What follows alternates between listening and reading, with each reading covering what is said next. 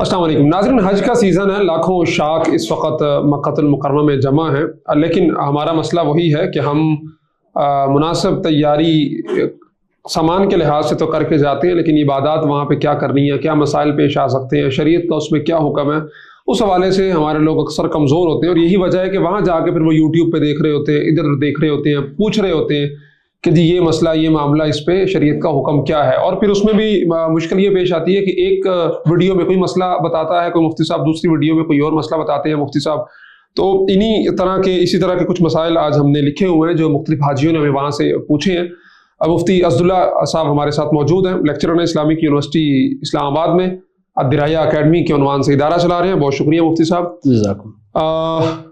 سب سے پہلے تو ایک جو ایشو آ رہا ہے وہ یہ ہے کہ حج کے موسم میں بہت بڑی تعداد وہاں پہ جمع ہوتی ہے، دور دور تک صفیں بنتی ہیں، رمضان کے اندر بھی ایسے ہوتا ہے۔ تو اس ساری چیزوں میں اتصال کا جو مسئلہ ہے وہ بڑا پیش آتا ہے، درمیان میں سے گاڑیاں گزر رہی ہیں، صفیں کئی کلومیٹرز تک بنی ہوتی ہیں۔ تو اتصال کے بارے میں شریعت کیا کہتی ہے، اور خصوصاً حرم کے اندر جب ایسا موقع ہوتا ہے حج کا یا رمضان کا، تو اس میں اتصال کا حکم کیا ہے؟ بسم اللہ الرحمن الرحیم۔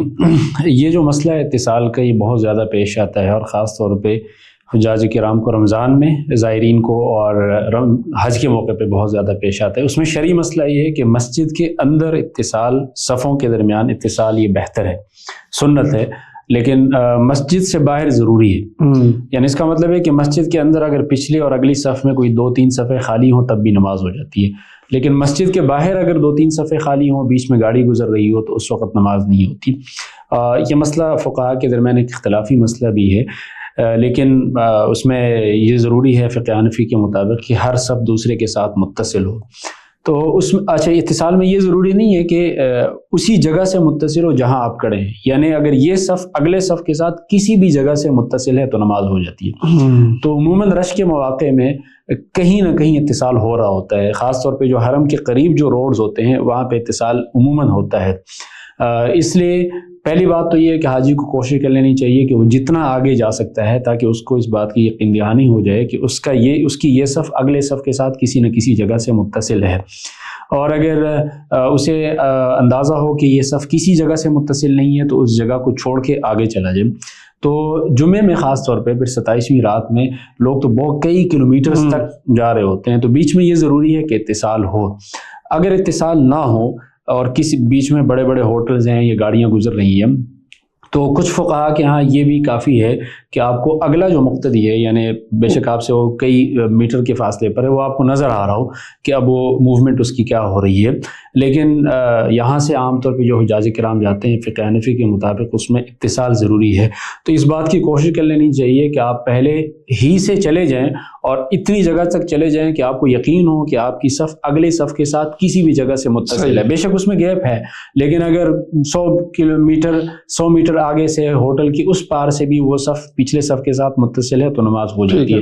تو خیال کرنا چاہیے کہ جتنا آپ آگے جا سکتے ہیں تاکہ آپ کی نماز شک میں نہ پڑے۔ صحیح ہے۔ اس میں ایک اور مسئلہ بڑا پیش آ رہا ہے لوگوں کو وہاں پہ امام سے آگے کھڑے ہونے کا، جس طرف امام ہوتا ہے کعبۃ اللہ میں، دوسری سائڈ سے وہ زیادہ قریب ہو جاتے ہیں، تو اس میں شریعت کیا کہتی ہے، فاصلہ کتنا ہونا چاہیے؟ اس میں جنرلی یہ بات سمجھنے کی ہے کہ امام سے اگر مقتدی کعبے کے زیادہ قریب ہے تو اس سے نماز فاسد نہیں ہوتی۔ اچھا، یعنی اگر ایک طرف سے امام 20 میٹر کے فاصلے پر ہے اور دوسری طرف سے مقتدی 1 میٹر کے فاصلے پر ہے تو اس کی نماز ہو جائے گی۔ جس جہت سے امام کھڑا ہے اس جہت سے کسی کو آگے نہیں ہونا چاہیے۔ تو وہ تو میرے خیال عام مسجد میں بھی امام سے آگے نہیں ہوتے، لیکن مطاف میں یہ مسئلہ ہوتا ہے کہ پہلے امام صاحب آ کے بالکل کعبے کے ساتھ کھڑے ہوتے تھے، پھر رش کی وجہ سے ان کو پیچھے جو ہے نا جہاں پہ اذان دی جاتی ہے حجر اسود کے بالکل سیدھ میں، اور میں بھی آپ کو یہ بھی بتاؤں کہ تاریخی کتابوں میں یہ لکھا ہے جہاں پہ امام صاحب ابھی کھڑے ہوتے ہیں کہ یہیں کے آس پاس دار ارقم تھا جس میں حضور اکرم صلی اللہ علیہ وسلم صحابہ کرام کو خفیہ تبلیغ کیا کرتے تھے۔ تو وہاں سے جب امام کھڑے ہوتے ہیں تو رمضان اور حج کے علاوہ باقی جو اوقات میں اس جگہ کو خالی کر لیتے ہیں، لیکن رمضان میں اور حج میں ممکن نہیں ہوتا. تو اس سلسلے میں تقریباً میجارٹی آف دی فقہا جو ہے وہ کہتے ہیں کہ امام سے کوئی بھی آگے ہو گیا تو نماز نہیں ہوگی. امام مالک رحمۃ اللہ علیہ کی رائے کے مطابق وہ ان رش کے ایام میں اس جگہ کو خالی نہیں کرتے. تو اس لیے حجاج کرام کو چاہیے کہ وہ اس سائڈ سے جو حجر اسود والی سائڈ ہے جہاں سے امام کھڑے ہوتے ہیں اس سائڈ سے امام سے آگے نہ ہو. باقی اطراف میں اگر آپ بیت اللہ کے قریب کھڑے ہیں تو آپ کی نماز ہو جائے گی, لیکن وہاں پہ چونکہ آپ گئے ہیں, آپ اپنی نماز کو خطرے میں کوشش کریں کہ نہ ڈالیں, تو آپ طواف کو نماز سے اتنی دیر پہلے موقوف کر دیں کہ آپ باقی اطراف میں کسی جگہ پہ جا کے کھڑے ہوں, اس طرف میں امام سے آگے کھڑے نہ ہوں تاکہ آپ کی نماز شک میں نہ ہو. لیکن یہ ذہن میں رکھیں کہ یہ چیز صرف بیت اللہ میں, تو انہوں نے امام مالک کی رائے کے مطابق اس بات کی کوشش کی ہے. مسجد نبوی میں یہ نہیں ہو سکتا. مسجد نبوی میں جو حضور صلی اللہ علیہ وسلم کے زمانے کی مسجد نبوی ہے وہاں پہ امام کھڑے ہوتے ہیں اور باہر بہت سارے بورڈ لگائے ہوتے ہیں کہ یہاں یہ امام, لیکن پھر بھی کچھ لوگ کھڑے ہوتے ہیں. پھر کافی ہزاروں کی تعداد میں, جمعے میں تو بہت زیادہ ہزاروں کی تعداد میں لوگ آگے قبلے والی سائڈ میں صحن میں کھڑے ہوتے ہیں, تو اس میں کسی کی نماز نہیں ہوتی.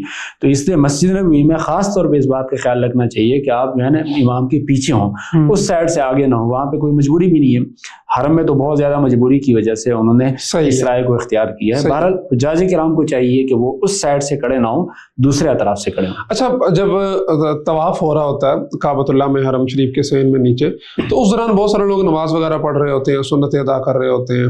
تو اس دوران طواف کے دوران نمازیوں کے آگے سے گزرنے کا کیا حکم ہے؟ نمازی کے آگے سے گزرنا تو گناہ ہے, آپ کے علم میں ہوگا. اس میں پھر جو بڑی مساجد ہیں جیسے مسجد نبوی ہے, مسجد حرام ہے, اس میں نمازی کو چھوڑ کے 2 صف آگے سے آپ گزر سکتے ہیں. اس لیے 2 صف کا فاصلہ دینے پر گزر جائے. لیکن مطاف میں 2 صف بھی مشکل ہوتا ہے, تو اس میں پھر اس بات کی کوشش کر لینی چاہیے کہ جو نمازی جہاں پہ سجدہ کرتا ہے اس سے آپ آگے گزریں. اور اس میں بھی اگر آپ سترہ رومال آپ وہ کر سکتے ہیں, کسی بندے کو کھڑا کر سکتے ہیں, یا کوئی عصا وغیرہ لگا سکتے ہیں, اس کی کوشش کر لینی چاہیے. وہ بھی مشکل ہو, بہت ہی زیادہ مشکل ہو, تو فقہائے کرام نے نمازی کے بالکل سامنے سے گزرنے کی اجازت دی ہے. لیکن لوگوں نے اس کو بالکل ایسے سمجھا ہوا ہے جیسے کوئی مسئلہ ہی نہیں ہے.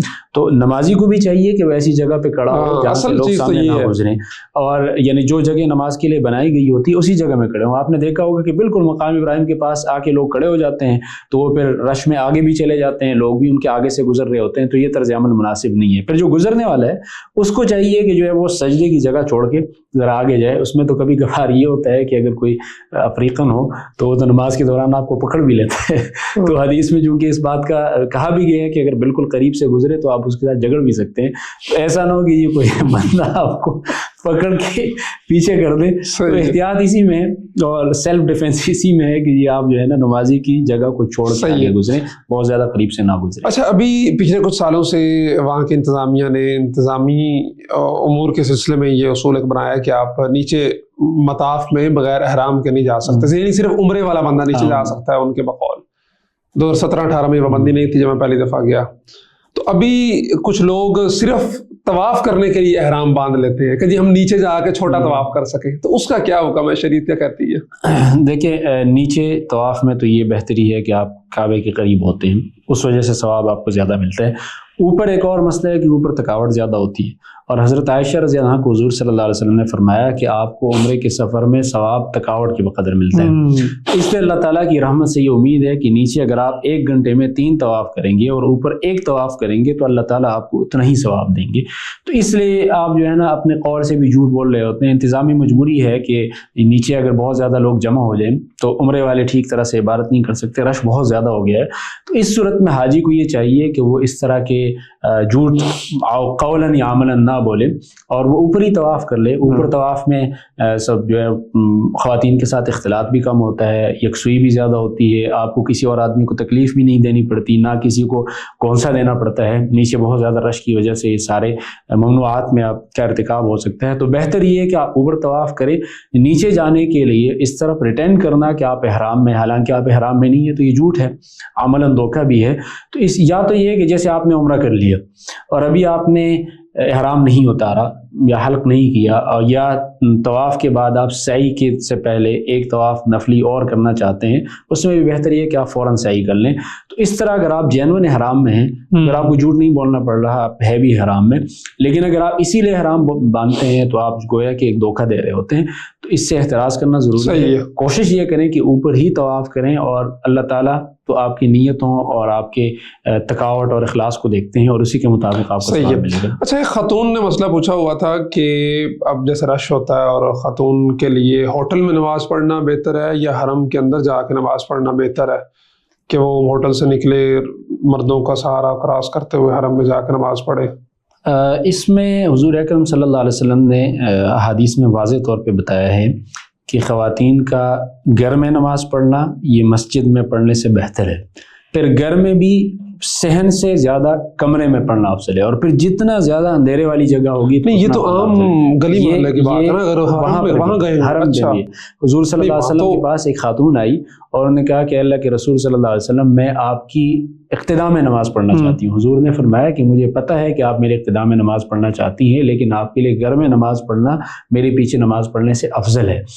اس لیے جو خاتون وہاں پہ چلی جائے، دیکھیں جب خاتون ہوٹل سے، ایک تو یہ کہ آپ خاتون طواف کے لیے آ جائے، یا وہ بیت اللہ میں آ گئی اور نماز کا وقت ہے تو نماز پڑھ لے، اور وہ بھی ان جگہوں میں جہاں پہ جو خواتین کے لیے خاص ہیں۔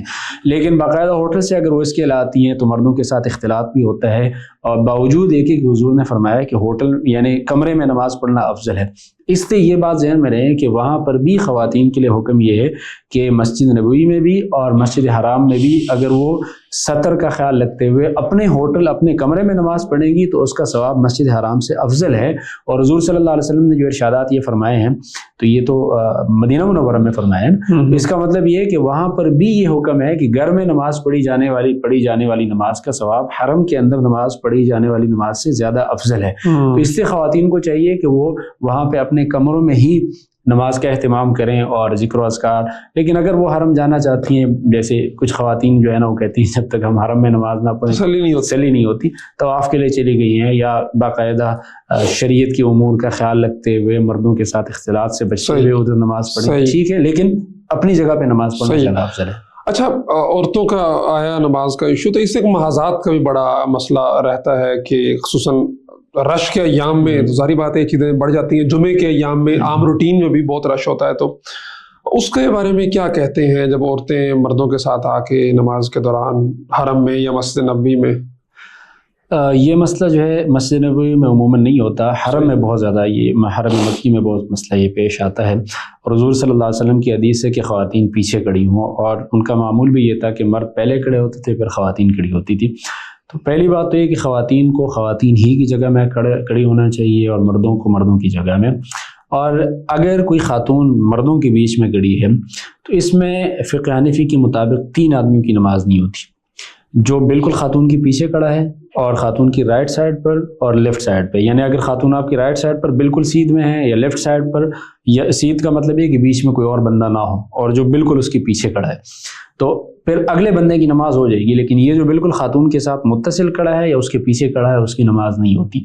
تو کچھ فقہاء نے حرم میں مجبوراً یعنی پہلے تو آپ لازماً یہ خیال رکھیں کہ آپ خاتون کی سیدھ میں نہ کھڑے ہوں، اس لیے کہ حدیث میں یہ بھی آتا ہے کہ 3 چیزوں سے نماز کی توجہ ختم ہو جاتی ہے جس میں خاتون بھی ہے، تو پہلے تو آپ کوشش کریں۔ لیکن اگر مجبوراً آپ نماز کے دوران کھڑے تھے اور کوئی خاتون آگے کھڑی ہو گئی تو اس میں کچھ فقہاء نے اجازت دی ہے کہ نماز ہو جائے گی، لیکن پھر بھی کوشش کر لینی چاہیے کہ آپ ایسی جگہ پہ کھڑے نہ ہوں، اور اگر آپ کھڑے ہیں اور کوئی خاتون آگے آ جائے تو آپ فوراً آگے ہو جائیں، بلکہ آپ نماز توڑ دیں، کسی اور جگہ پہ چلے جائیں تاکہ آپ کی کوئی اس سے اختلاف سے نکلنا پڑے۔ یعنی وہاں جب بھی نماز پڑھنے لگے یہ دیکھ لیں آپ کے آگے اور دائیں بائیں کوئی نہیں ہونا چاہیے، پھر آگے اگر کچھ بندے چھوڑ کے ہے تو اس میں تو مسئلہ نہیں ہے، لیکن فوراً آپ کی سیدھ میں دائیں بائیں کوئی خاتون نہ ہو، اور اگر خاتون آ جائے تو آپ اپنی پوزیشن چینج کر لیں آگے۔ اچھا، یہ جو کہا جاتا ہے کہ مسجد حرام میں نماز پڑھنا 1,00,000 نمازوں کے ثواب کے برابر اس کا ثواب ہے، تو یہ خاص مسجد حرم میں نماز پڑھنے کا ثواب ہے یا پوری حدود حرم میں کہیں بھی نماز پڑھی وہ 1,00,000 نمازیں ہیں؟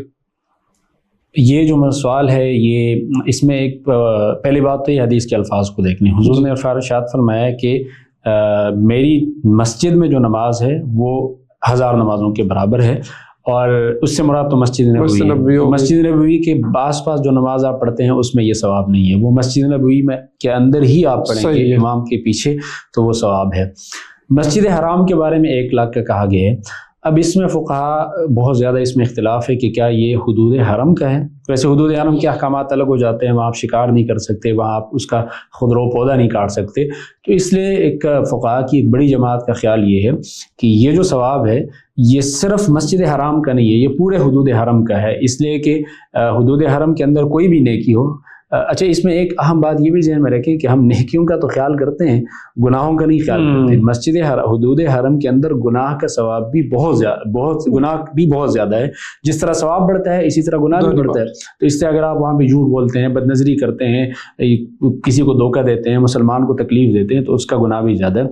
تو وہ فقہا اور محدثین کا خیال یہ ہے کہ یہ پورے حدود حرم کا یہ ثواب ہے. تو اگر آپ کسی اور مسجد میں بھی نماز پڑھتے ہیں تو اس میں بھی 1 لاکھ کا ثواب ملتا ہے. لیکن اگر ہم ظاہر الفاظ کو دیکھیں تو الفاظ میں مسجد الحرام کا ذکر آیا ہے. تو اس لیے دونوں طرف فقہا کے اور محدثین کے اقوال ہیں. تو کوشش یہ کر لینی چاہیے کہ آدمی یہاں سے گیا ہے اور اتنے پیسے لگا کے اور اتنا وقت لگا کے اور پتہ نہیں کب موقع ملتا ہے، تو آپ مسجد حرام میں آ کے ہی نماز پڑھیں، یا مسجد حرام کے ساتھ جو متصلاً جو صفوف ہیں اس میں نماز پڑھیں تاکہ آپ کو یہ ثواب ملے.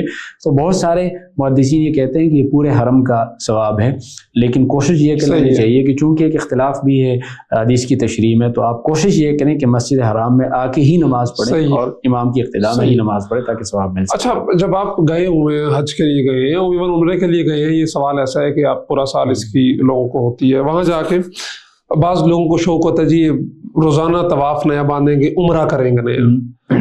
بعض لوگ کہتے ہیں یہ طواف کرنا زیادہ افضل ہے. تو کیا حکم ہے اصل شریعت کیا کہتی ہے؟ ابھی آپ نے ایک عمرہ کر لیا، جاتے ہی آپ حلق کر لیا، قصر کر لیا، فارغ ہو گئے، اب روزانہ 2-3 طواف کریں یا پھر روزانہ عمرہ کریں، افضل کیا ہے؟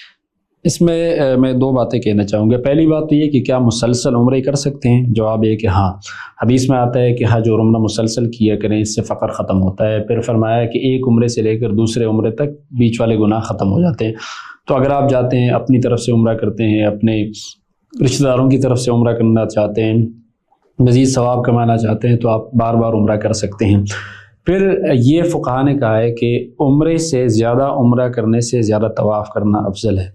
تو لوگوں نے اس سے یہ سمجھ رکھا ہے کہ وہ دن میں کوئی 1 آدھ طواف کر لیتے ہیں اور کہتے ہیں کہ جی ہم نے عمرے سے افضل عمل کر لیا. نہیں، اس کا مطلب یہ ہے کہ اگر عمرے میں آپ کے 4 گھنٹے لگتے ہیں اور آپ 4 گھنٹے مسلسل طواف کریں تو یہ مسلسل طواف اس ایک عمرے سے افضل ہے. یہ مطلب نہیں ہے کہ آپ نے 1 آدھ طواف کر لیا اور یہ عمرے سے افضل ہے. عمرے کا اپنا ثواب ہے، طواف کا اپنا ثواب ہے. پھر چونکہ خاص طور پہ یہاں سے لوگ گئے ہوتے ہیں، پتہ نہیں کب حاجی کی دوبارہ درخواست منظور ہوتی ہے، تو اس لیے زیادہ عمرے کر لینے چاہیے. لیکن اگر آپ عمرے ہی جتنا وقت جو ہے اس میں آپ طواف زیادہ کرنا چاہتے ہیں تو وہ بھی ایک افضل عمل ہے. پھر جب آپ طائف جائیں گے یا مثال کے طور پہ مسجد عائشہ جائیں گے، کسی وجہ سے حدود حرم سے باہر نکلیں گے، تو آپ واپس آتے ہوئے حرام باندھ لیں. تو یہ جنرل بات ذہن میں رکھنی چاہیے کہ زیادہ طواف افضل ہے زیادہ عمروں سے، لیکن اگر اتنا ہی وقت طواف میں صرف کیا جائے تو ہر چیز کی اہمیت اپنی جگہ ہے. تو طواف بھی آپ زیادہ کریں، عمرہ بھی زیادہ کریں، لیکن جنرلی زیادہ طواف زیادہ عمرے سے افضل ہے، لیکن اس تشریح کے مطابق جس کا میں نے ذکر کیا. اچھا، کثرت سے طواف بھی ہو گیا، کثرت سے عمرہ بھی سمجھ میں آ گیا. اب کثرت سے رسول اللہ صلی اللہ علیہ وسلم کے روزے پہ سلام پیش کرنے کا کیا حکم ہے؟ میں نے دیکھا بعض لوگ ہوتے ہیں ہر نماز کے بعد ان کی مکان کے انداز میں چلتے ہوئے وہ سلام کر کے نکل جاتے ہیں ہر نماز کے بعد. کچھ لوگ ہوتے ہیں کہتے ہیں یار زیادہ نہیں جانا، ادب کا مقام ہے، دن میں 1 دفعہ کرنا ہے. کچھ کہتے ہیں یار اتنی ہمت نہیں ہو رہی کہ ہم پہلی دفعہ. تو اس کا کیا ہونا چاہیے؟ اصل میں اس کا تعلق فقہی مسئلے سے زیادہ ذوق اور شوق سے اور عشق سے ہے. کچھ لوگ یہ کہتے ہیں کہ جی ایک ہی دفعہ سلام پیش کریں، اس لیے کہ بار بار آپ جاتے ہیں تو وہ اہتمام نہیں ہوتا. تو یہ بات ٹھیک ہے کہ بار بار سلام پیش کر لینا چاہیے. اپنے محبوب پہ آپ سلام پیش کرتے ہیں، آپ اتنے عرصے بعد آئے ہیں، لیکن اس کا مطلب یہ ہے کہ بار بار سلام پیش کرنے میں ایسا نہ ہو کہ وہ ادب کا وہ دامن ہاتھ سے چھوٹ جائے اور آپ جو ہے نا بالکل جس کو کہتے ہیں نا منہ اٹھا کے آپ چلے جاتے ہیں. تو سلام کا ایک باقاعدہ طریقہ ہے کہ آپ اس سے پہلے درود شریف پڑھیں، پھر باقاعدہ ادب کے ساتھ احترام کے ساتھ جا کے بالکل مجرم بن کے اور عاجزی اور انکساری کے ساتھ حضور صلی اللہ علیہ وسلم کے دربار میں تحفہ پیش کرتے ہیں. تو اگر آپ بار بار جانے سے آپ کیا یہ ادب کے اس مقام سے نیچے نہیں آتے اور اس کو ایک معمول کی چیز نہیں سمجھتے تو زیادہ سے زیادہ سلام پیش کیا جا سکتا ہے. لیکن اگر آپ اہتمام نہیں کرتے اور بغیر اہتمام کے جا کے سلام پیش کرتے ہیں تو اس سے بہتر یہ ہے کہ آپ باقاعدہ اہتمام کے ساتھ کم سلام پیش کیا کریں. تو اس کا تعلق آپ کی اپنی ذات سے ہے کہ آپ کس چیز میں بہتری محسوس کرتے ہیں. تو ادب اور احترام کے ساتھ بار بار اگر آپ سلام پیش کرنا چاہتے ہیں، روزے کے سامنے سے جب بھی گزریں سلام پیش کرنا چاہتے ہیں، ہر نماز کے بعد آئیں، تو اس کی گنجائش ہے، لیکن اس بات کا خیال رکھنا چاہیے کہ ادب کے ساتھ ہو۔ لوگ جو ہے نا وہاں پہ جا رہے ہوتے ہیں، موبائل پکڑا ہوتا ہے اور آپس میں بات کر رہے ہوتے ہیں، اور کبھی کبھار ایسی بات کر رہے ہوتے ہیں کہ جو مسجد نبوی کے حدود میں کرنی نہیں چاہیے، اور پھر سلام بھی پیش کر رہے ہوتے ہیں بہت جرأت اور اٹھائی کے ساتھ، تو یہ طرز عمل مناسب نہیں ہے۔ اچھا واپس مسائل کی طرف آتے ہیں، جیسے اس دفعہ مینا میں جمعہ آ رہا ہے، جی 8 ذی الحجہ جمعے کے دن کو، تو اس کی کیا ترتیب ہوگی؟ اچھا جمعے میں ایک مسئلہ، یہ مسئلہ بہت آپ نے اہم پوچھ لیا کہ کیا وہاں پہ حجاج کرام جمعے کی نماز پڑھیں گے، جمعہ پڑھیں گے، کیا کریں گے؟ اصل میں اس میں بنیادی بات یہ ہے کہ مینا اور مکہ کیا یہ ایک ہی ہیں یا الگ الگ ہیں؟ اس میں دیہات میں تو جمعہ نہیں ہوتا، جس جگہ پہ مستقل رہائش نہیں ہوتی وہاں پہ جمعہ نہیں ہوتا، تو اب مینا میں تو باقی سال میں رہائش نہیں ہوتی، عرفات میں بھی رہائش نہیں ہوتی، مکہ میں تو رہائش ہوتی ہے، تو مکہ میں تو آپ جمعہ پڑھیں گے، لیکن مکہ اور مینا یہ متصل ہیں یا الگ الگ ہیں؟ اس پہ دونوں طرح کی آراء ہیں۔ فقہاء کی ایک جماعت کا خیال یہ ہے کہ یہ دونوں ایک ہیں، جب ایک ہیں تو پھر جب آپ 15 دن شمار کریں گے نا اس کے اقامت کے، تو آپ مکہ اور مینا دونوں کو ملا کے شمار کریں گے۔ تو اس قول کے مطابق چونکہ یہ مکہ کے ساتھ متصل شہر ہے، تو جیسے مکہ میں جمعہ ہوتا ہے اسی طرح سے مینا میں بھی جمعہ ہوتا ہے۔ جبکہ ایک اور جماعت کا خیال ہے، دارالعلوم کراچی کا فتویٰ پہلا والا ہے، باقی دوسرا بن ٹاؤن کا فتویٰ یہ ہے کہ یہ دونوں الگ الگ ہیں۔ یہ بھی فقہاء کی کثیر جماعت کا خیال یہ کریں کیا الگ الگ۔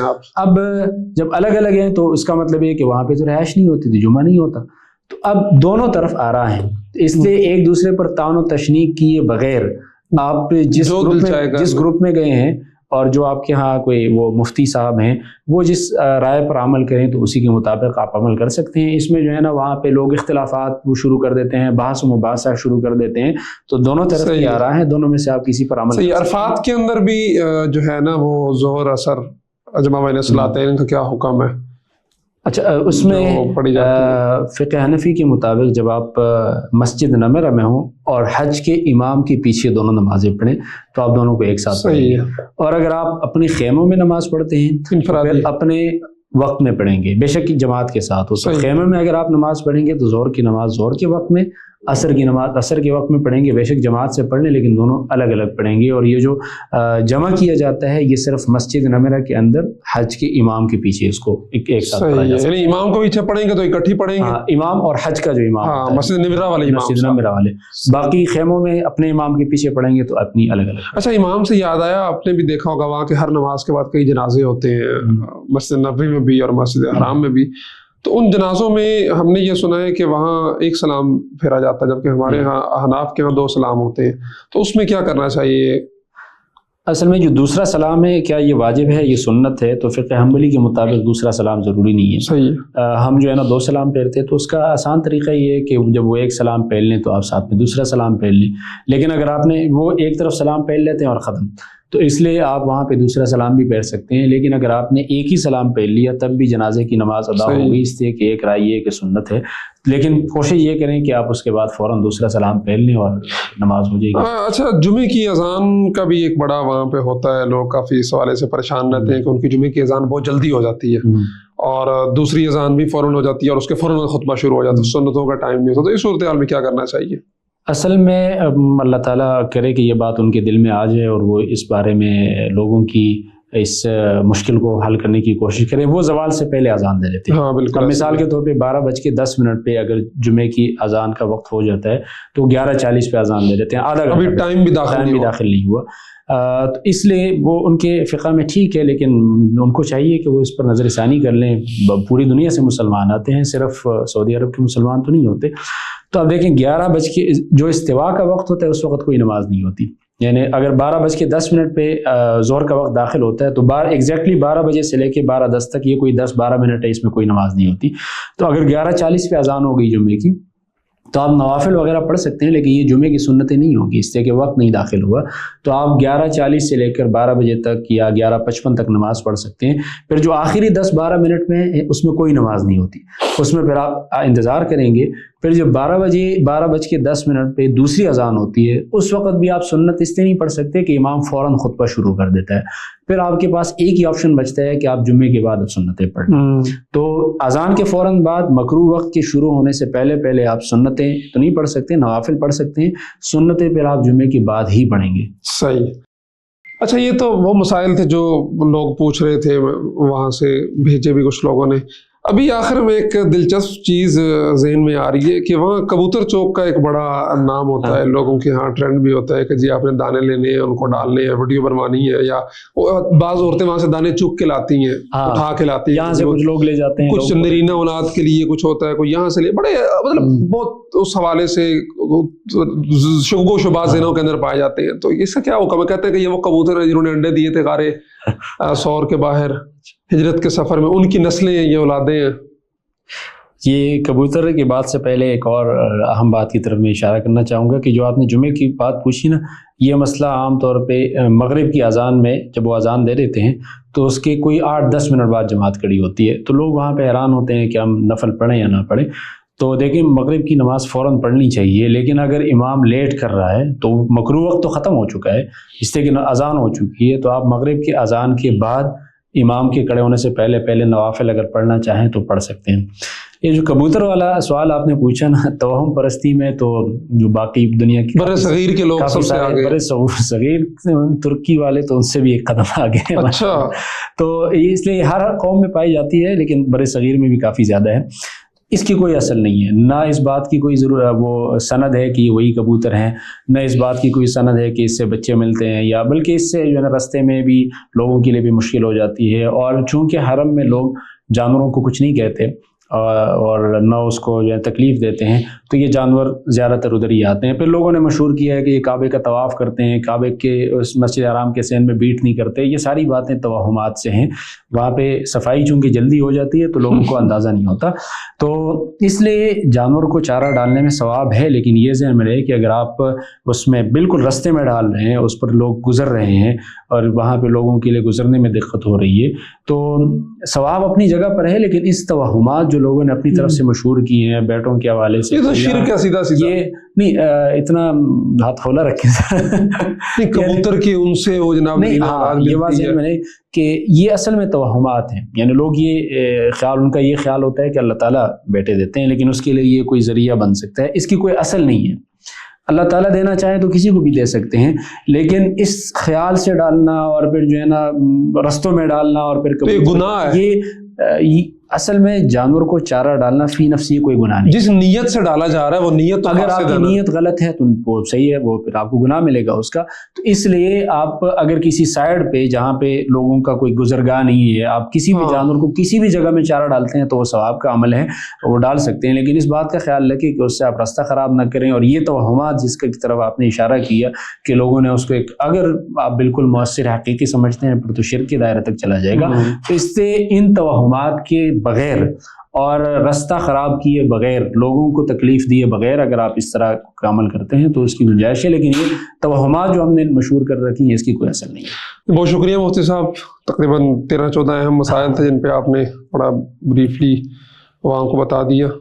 جزاکم اللہ خیرہ.